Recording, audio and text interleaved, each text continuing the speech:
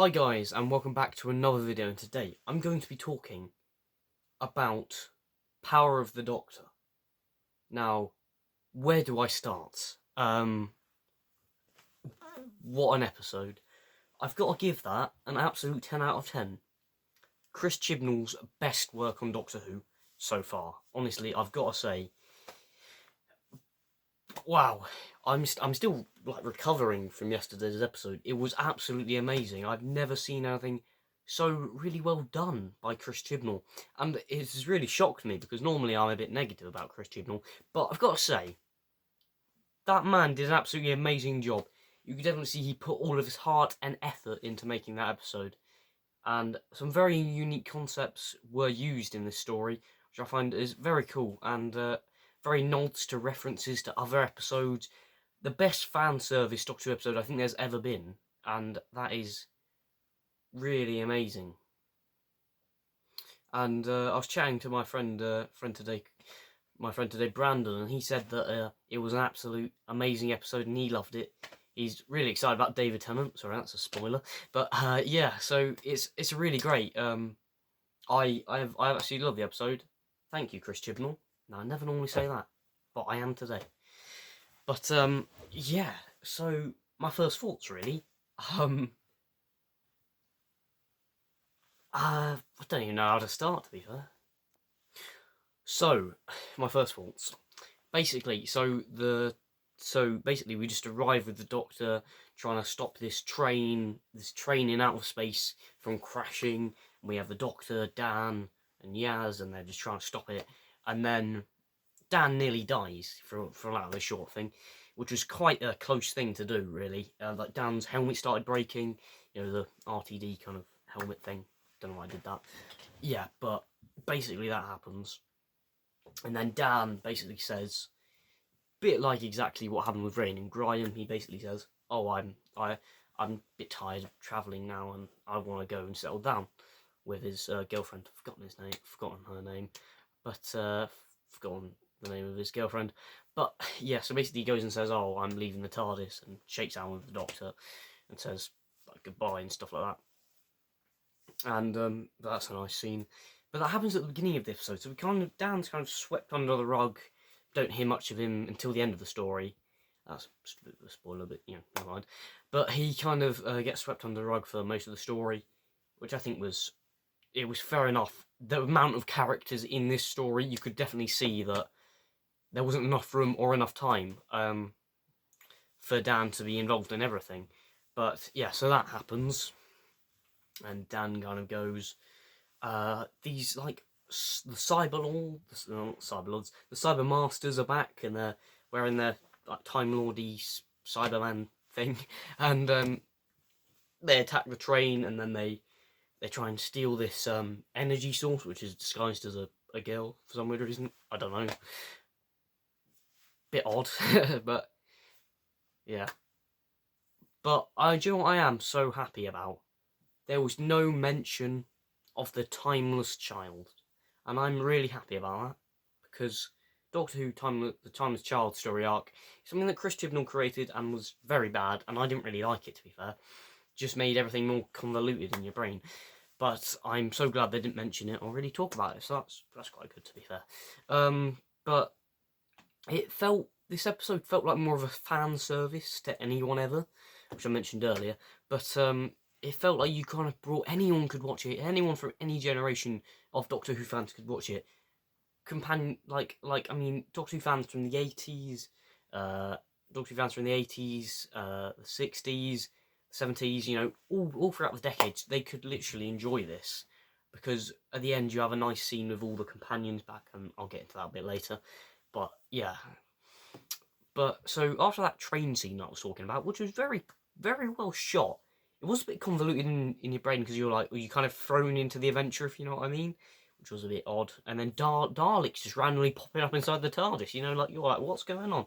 That didn't really get resolved, but don't matter.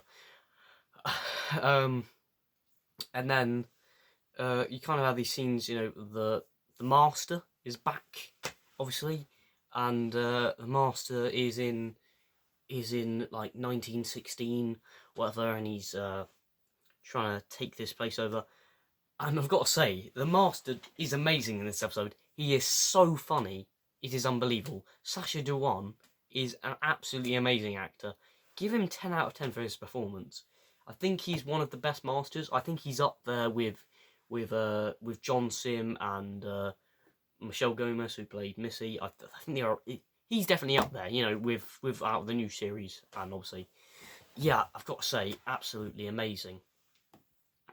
Which I think was incredible. His performance, his eyes literally like just stared you right into your soul, if you know what I mean. And I thought he did an absolute cracking job, which was really good, and I'm so happy about that because his Master was really great, and I love the nod that he said. I always dress for the occasion, which is a nod to the TV movie when the Master said that. So I really liked that. That was rather cool.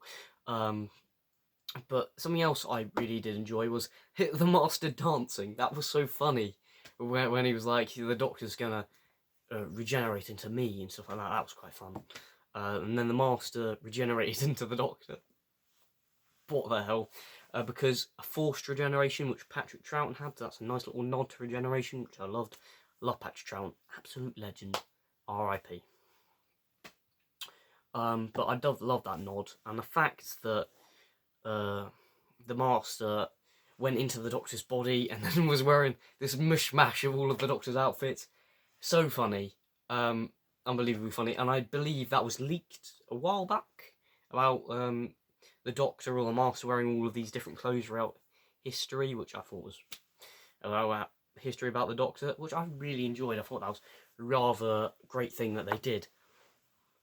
But I was super happy about that because it was like great. You could see Sylvester McCoy's tie, Sylvester McCoy's jumper. The stick of celery from Peter Davison. It was great, you know. Yeah, and also Tom Baker's scarf. That was a nice little nod. But I was so happy with that. It was so funny as well, like how like the Master did this impression of the Doctor, like "come along, yes," and stuff like that. It was so funny. I gotta say, the Master was absolutely killing in this episode. But for most of this episode, I don't know if anyone has actually realised this, but Jodie Whittaker wasn't actually in it that much. It was mainly the Doctor Master thing, which I found quite funny because I love it when the Master pretends to be the Doctor. It's just brilliant, you know, because it's kind of just like an evil version, really. But I did love that. And then after that, you know, we kind of move into the stuff after the Doctor was forced to regenerate into the Master. We kind of move into other stuff where we go back to this, like, where we kind of, the Yaz uses a projection thing of the Doctor. Projection thing of the Doctor, which was rather funny. Projection thing of the Doctor, which I thought was very, very cool, to teach her to fly the TARDIS. There's no way Yaz would have been able to fly the TARDIS, but you know, never mind, really. Chibnall, you do what you want. It was your final episode, so it's quite good. But there, earlier in the episode, we got the lovely scenes between Ace and Tegan, which I thought was very nice, and they kind of had the thing where they were kind of speaking to the Master as well, which is, he was mentioning about his aunt, in fact, do you keep her in a doll's house and stuff like that, the Master was, which I found was rather funny, and then like Ace saying, the last time I saw you, you were like half cat or something. It was quite funny, you know, a reference to like survival or whatever. But it was really great anyway for that kind of nice little fan service there. Bringing those two characters back, I thought it was a good job. They did quite a good job. They didn't really do much in the story. I did like how the fact that Ace decided to jump off in the parachute. She still got that jacket. She's still rocking that jacket, like, you know, like 30 years later. So that's quite cool. But I did enjoy the scenes between Tegan and Ace. It made you think there was a real friendship there. I did like the emotional moments between Tegan and the Fifth Doctor. And now, Peter Davison, I said literally yesterday that he was going to be in it. And he was, and he was wearing full costume as well. How accurate was I? You know, it's just goes to prove how accurate I was, really. Peter Davison was in it. One of my personal favourite Doctors, actually. So, yeah, that was really brilliant that he was in there. But I did love the great scenes between Five and Tegan. But now brings up a bit of a question. All of the all of the Doctor's companions now have microchips inserted into them. Now that is odd. Now, I've got to say, that is odd. Very odd. So, does everyone mean to say that every time you enter the TARDIS, you just get a chip injected into you by the Doctor? Now, that's just a bit weird, personally. So you see your version of the Doctor, which I think is rather interesting. But it was nice for those moments between Seven and Ace, which was really nice. When they kind of talked to each other. Apparently, the reason why Ace left the TARDIS was because she kind of started to grow old and leave home. Her home was technically the TARDIS, so that's kind of a really great thing that kind of happened there. A nice bit of storyline. We never really got context of what actually happened to Ace because show got cancelled in 1989. Didn't find out, and in the TV movie she went there, so can't really do much there. But that was rather nice anyway. That kind of got that kind of closure to her story. And Tegan got a nice little thing about Braveheart, and even a reference to Adric, who's a good companion, but very underrated. That's my opinion. But yeah, so that's kind of what I have to say on that kind of stuff, really. Where else can I go now? I've talked quite a lot. Also the stuff with all of most of the returning classic Doctors, which was something that was heavily leaked that I didn't cover because I didn't think much of it at the time until this episode came out, when I was like, oh, wasn't expecting this. But David Bradley, now he's probably the first Doctor. He is the first Doctor here, but he has appeared in 2 regeneration stories in the space of 5 years. He appeared in the regeneration story of Pete Capaldi, regeneration story of Jodie Whittaker. Now, will he appear in the next one? Who knows? In the space of 5 years, he's managed to appear in 2 of them. So I think that was great. I did like the fact that he was there, but no Patrick Troughton, no version of his Doctor there. A shame in that kind of gap way between regeneration and not regeneration, where all the incarnations go, which I thought was quite cool. I did like how they brought back Paul McGann, which was just shocking in itself. I'm the Doctor. That Paul McGann, yeah. And that kind of stuff like that. That's my impression of Paul McGann, by the way. If you enjoyed that, that's quite cool. But he was like, oh, I don't like rubes, I probably butchered that accent there, but yeah, he said he don't like rubes, that kind of stuff. That was terrible. But yeah, that was funny with Sylvester McCoy there and Colin Baker. I met Colin Baker actually. Yeah, not when he was filming, I met him at Comic-Con a few years ago now. But I also did enjoy kind of the scenes where you had all of those old Doctors, which is very nice, and Sylvester McCoy and Peter Davison being there, but then they appeared later on dressed up in full costume, which I thought was very nice and very cool.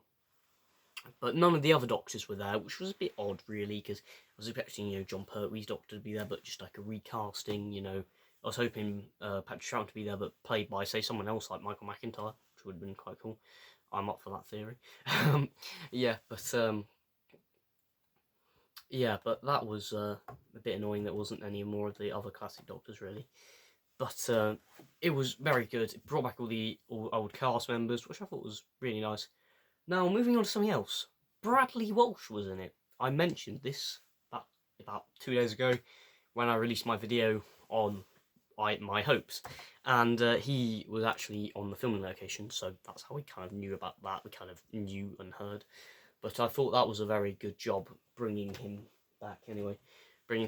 No Ryan, quite surprising really, because I thought Ryan would have been in it, but appears not. He's in, I don't know where he is. I think they said somewhere, but I don't remember. But I did enjoy the relationship between Graham and Ace, possibly hinting on maybe a relationship. I suppose that could be something, that could happen, because that'd be quite interesting, to be fair. Then we kind of moved on into other stuff that kind of happened, really, with Vinder. Vinder started popping up, and then he appeared near the Master's TARDIS. Yeah, he contacted Yaz, and then they kind of changed the Doctor back. I did enjoy the scene where all of the companions and all the characters were in the TARDIS together. Really great job. I loved it. A lot of people have said, it gives them kind of Journey to the End vibes, and Stolen Earth, and that. Yeah, I could definitely see it. Now, a lot of Christian Bale's era feels very similar to Russell T Davies' era in some ways, not all of it, some ways. But yeah, I did enjoy that scene. I thought it was very nice. Yeah, it was very great. And then kind of more happened towards the end of the story with the I did enjoy the Cyberman bits and the unit bits. There wasn't too much of that. There was a bit of it heavily based there, but not really much. A lot of Cybermen though. A lot of Cybermen. Daleks didn't do much, but that was kind of to be expected, to be honest.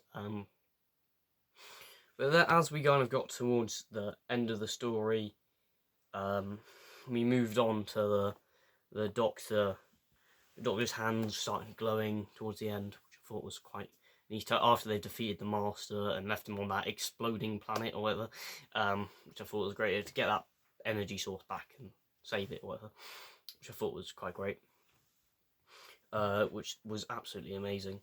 And then to kind of see the Doctor drop off all the companions, or no, Yaz dropped them off because the Doctor fainted or whatever. Yeah, but I did enjoy the fact that the Doctor and Yaz had that kind of final moment, which was good, kind of the departure of a companion, and the Doctor said to Yaz, I think you better, like kind of go and stuff like that, which I thought was alright, and it kind of led way. It's still not very much. Chibnall doesn't do very good with exits. That's me personally. The best exit he's ever done was Statius Jericho's death. I thought that was the best exit of his companions. But all the others are a bit like, I'll just leave, I don't want to go here anymore, that kind of stuff. It's a bit boring, really. You need something else, a bit more gripping. That's what I feel like you needed. But you did a great job, Chibnall, anyway. Best fan service ever given. You heard me say that about 3 times. Yeah, but I did enjoy that. And then as we come to more of the ending of the story, the Doctor drops off Yaz, and Yaz gets an invitation to what I call a meeting of literal companions. Everyone was there. Ian Chesterton was there. Melanie Bush was there. Ace and Tegan were there, as well as Joe Grant, and I think a few other people, but I didn't really pick up on all of them. It was a shame Jamie McCrimmon wasn't there, or Polly, but that would have been great if they were there. But it was a bit sad not all of them were there. But I did love that, and Ian Chesterton going, she? Like that. Like, Ian was confused there. But I've got to say, that's something I speculated on, Ian Chesterton being in the episode, and he was. Now, I repeat, he is in his late 90s, Ian Chesterton is. And I've got to say, he does not look like he's in his late 90s. There's no way that man is nearly 100, and he is nearly 100, and it's unbelievable. So, I want to see him again in the 60th anniversary. Russell, write him in, because I've got to say, he still looks well and everything great to do. He absolutely looks amazing. I can't believe Ian Chesterton was in that episode. I'm really happy, to be honest. I've always wanted to see Ian Chesterton back in Doctor Who, and now he is. Now I'm happy. It's brilliant, which I think was absolutely amazing for that. But I did enjoy that scene at the end, though. The companion meeting group, they probably get hundreds of members. A bit surprising there wasn't anyone else there, like Martha Jones or, like Wilf. That would have been quite nice, but we know that they're going to be in the 60th, apart from Martha Jones. I heavily speculated on Martha Jones being in the 60th, but not the 60th, the centenary power of the Doctor. Getting all confused now. Yeah, so that's kind of what I have to say on that. Moving on now to the ending. Now, oh my goodness gracious me. The regeneration scene. Something I've been waiting for absolutely ages. Now, I haven't enjoyed this era so much, so I was really happy when Christian Bale said he was going to leave. I was really happy. But this regeneration scene, honestly, I've got to say, absolutely amazing. This kind of orange, yellow, and all this kind of like purplish kind of colour coming out of the regeneration. And then this, like, the Doctor's clothes kind of like regenerate with him. Now I'm like, what the hell's going on? Because I was expecting Shuti Gatwa. No, it wasn't Shuti Gatwa. It was David Tennant. And I was like, what? What on earth? I was like, what? I was going on with David Tennant. He was like, "Oh, I recognise these teeth," and I was like, "What? Oh my god, what the hell's happening?" And then the regeneration was just absolutely amazing. Got to give it like 10 out of 10 for David Tennant, the 10th Doctor / 14th. Absolutely amazing job. And then that trailer afterwards, absolutely amazing. Kind of got to see all the little glimpses of filming location, which I've covered on this channel, by the way, so check those out. Yeah, so that was really great that they kind of did it like that. Absolutely amazing. I've got to say, incredible trailer. Ncuti Gatwa had his first line of being like, "What the hell's going on?" Like that. And that immediately gave me good hope for Ncuti Gatwa. I feel like he's going to be a really great Doctor. I'm really looking forward to his portrayal of the Doctor. And David Tennant's portrayal of the Doctor, again, because it's the same one. He's literally going to be playing the same Doctor, I'm pretty sure, but just degenerated. I think it might be something to do with the Master's messed up computer thing. Not computer thing, but his messed up generation thing. But yeah, so that's kind of what I have to say on that. I love the filming location at Durdle Door for the regeneration scene. Absolutely amazing. And that brings us to the end of today's video. If you enjoyed it, please remember to like and subscribe if you enjoyed the video. And I'll see you in a video soon enough. Hope you enjoy. Goodbye.